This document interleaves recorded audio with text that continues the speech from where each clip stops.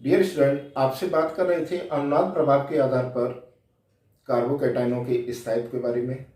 और उसमें मैंने आपको बताया कि ट्रोपाइलियम कार्बोकैटायन अभी तक ज्ञात समस्त कार्बोकैटायनों में सबसे अधिक स्थायी होता है।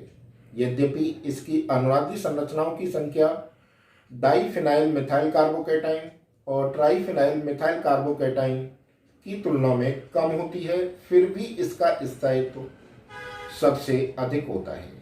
इसका कारण यह है कि डाइफिनाइल मिथाइल कार्बोकैटायन और ट्राइफिनाइल मिथाइल कार्बोकैटायन में छोटे आकार के कार्बन परमाणु के साथ बड़े आकार की बेंजीन वलय आपस में जुड़ी होती है।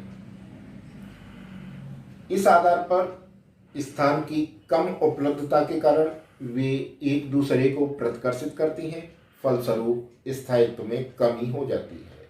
यद्यपि इनकी अनुनादी संरचनाओं की संख्या ट्रोपाइलियम कार्बोकैटायन से अधिक है, लेकिन द्रव्यमीय बाधा के कारण, स्टीयरिक हिंड्रेंस के कारण इनका स्थायित्व ट्रोपाइलियम कार्बोकैटायन से कम हो जाता है।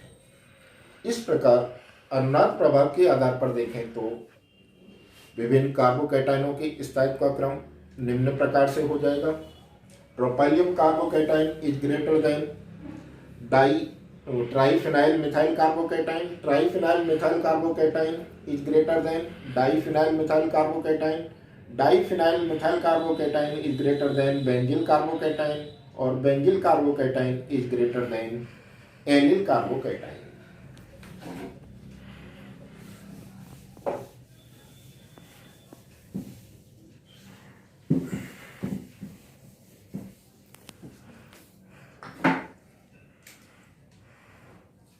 ट्रोपाइलियम carbocation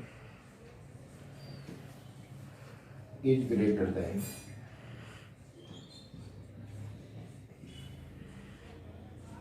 triphenyl methyl carbocation, triphenyl methyl carbocation is greater than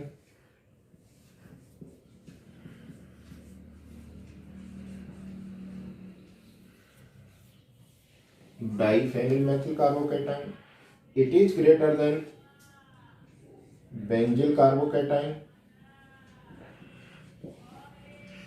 और it is greater than allyl carbocation।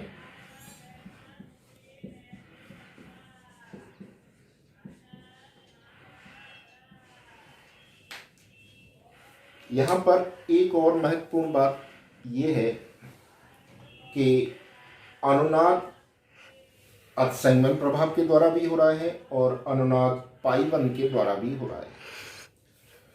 यहाँ पर जो अंतर है वो महत्वपूर्ण है कि असंगम प्रभाव में जो अनुनाद होता है उसमें सिग्मा बंध के इलेक्ट्रॉन भाग लेते हैं और इस अनुनाद में पाई बंध के इलेक्ट्रॉन भाग लेते हैं। चूंकि पाई बंध सिग्मा बंध की तुलना में थोड़ा सा दुर्बल या वीक होता है, इसलिए पाई बंध के द्वारा अधिक आसानी से अधिक संख्या में अनुनादी संरचना बनती है। इसीलिए यह अनुनाद प्रभाव अतिसंगमन प्रभाव की तुलना में अधिक प्रभावी होता है। इसीलिए इस प्रभाव द्वारा स्थायित्व में हुई वृद्धि भी अधिक प्रभावी होती है। अब बात करते हैं आपसे चौथे प्रभाव अर्थात विलायकन प्रभाव द्वारा कार्बोकैटायनों के स्थायित्व के बारे में।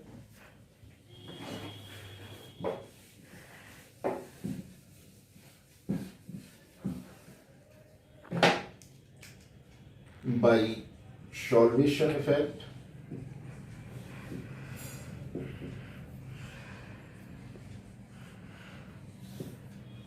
या विलायकन प्रभाव द्वारा कार्बोकैटायन के स्थायित्व की व्याख्या।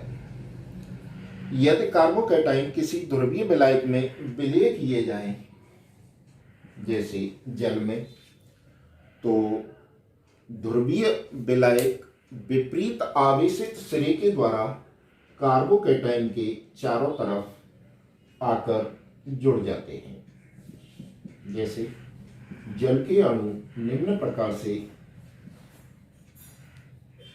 कार्बोकैटायन को चारों तरफ से घेर लेते हैं।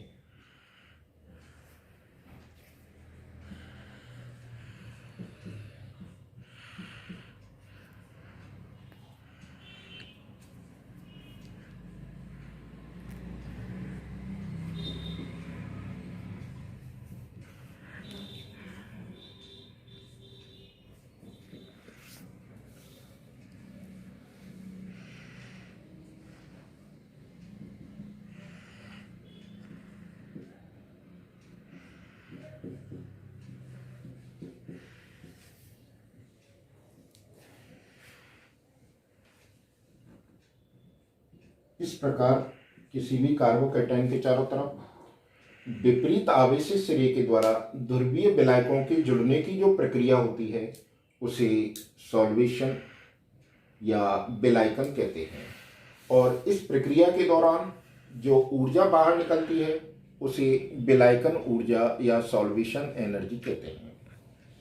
किसी कार्बोकैटायन का विलायकन जितना अधिक होता है उसमें से उतनी ही अधिक विलायकन ऊर्जा बाहर निकलती है और उसका स्थायित्व तो उतना ही अधिक होता है। इस प्रकार चारों प्रभावों के आधार पर स्पष्ट होता है कि विभिन्न कार्बोकैटायनों की स्थायित्व का क्रम निम्न प्रकार होता है। सबसे अधिक स्थायी ट्रोपाइलियम कार्बोकैटायन,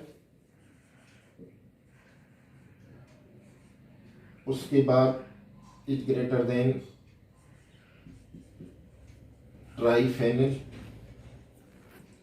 मिथाइल कार्बोकैटायन, उसके बाद डाइफेनिल